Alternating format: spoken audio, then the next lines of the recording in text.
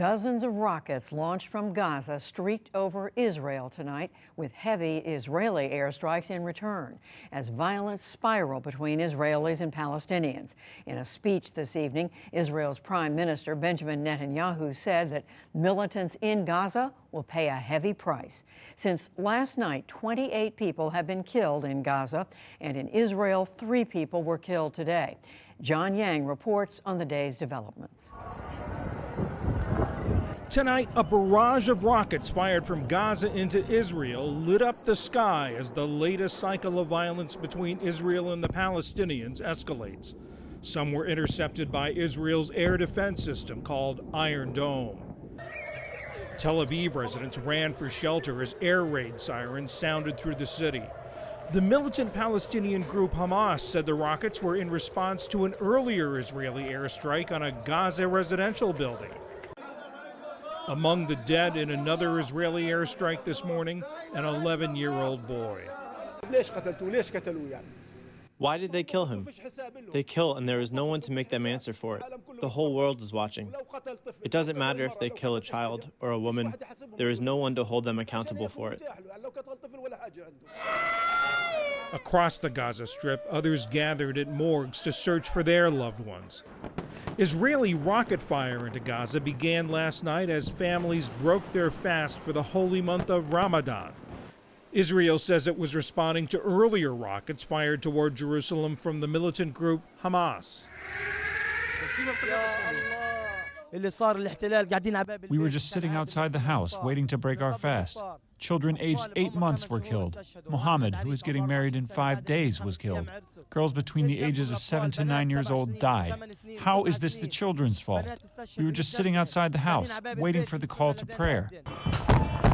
Israeli airstrikes killed more than 25 people, including 9 children.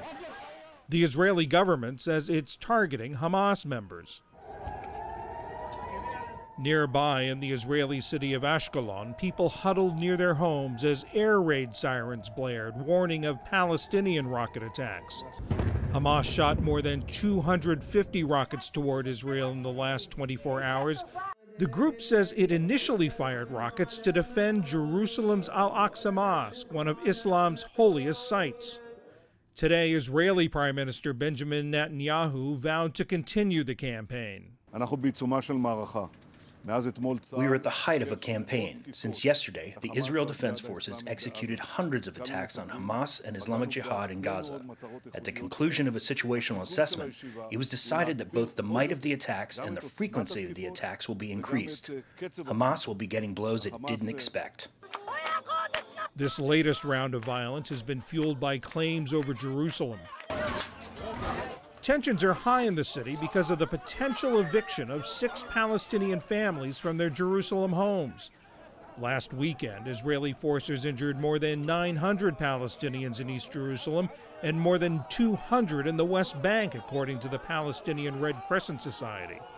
Today, the United Nations voiced concern over the escalating violence.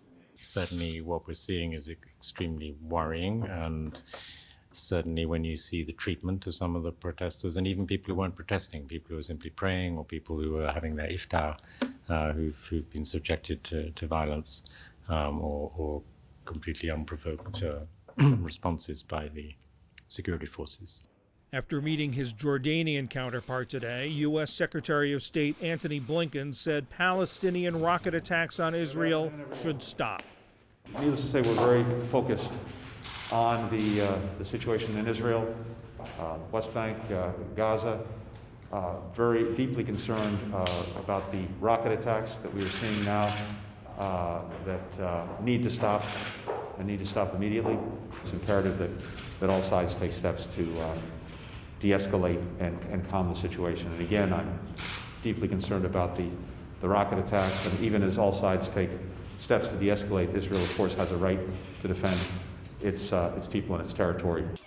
In Bethlehem overnight, protesters threw stones at Israeli police as Israeli soldiers fired back with tear gas. Across multiple cities in the West Bank and Israel, Palestinians rallied in support of Jerusalem. This evening, the unrest shows no signs of waning, with millions of civilians on both sides caught in between. For the PBS NewsHour, I'm John Yang.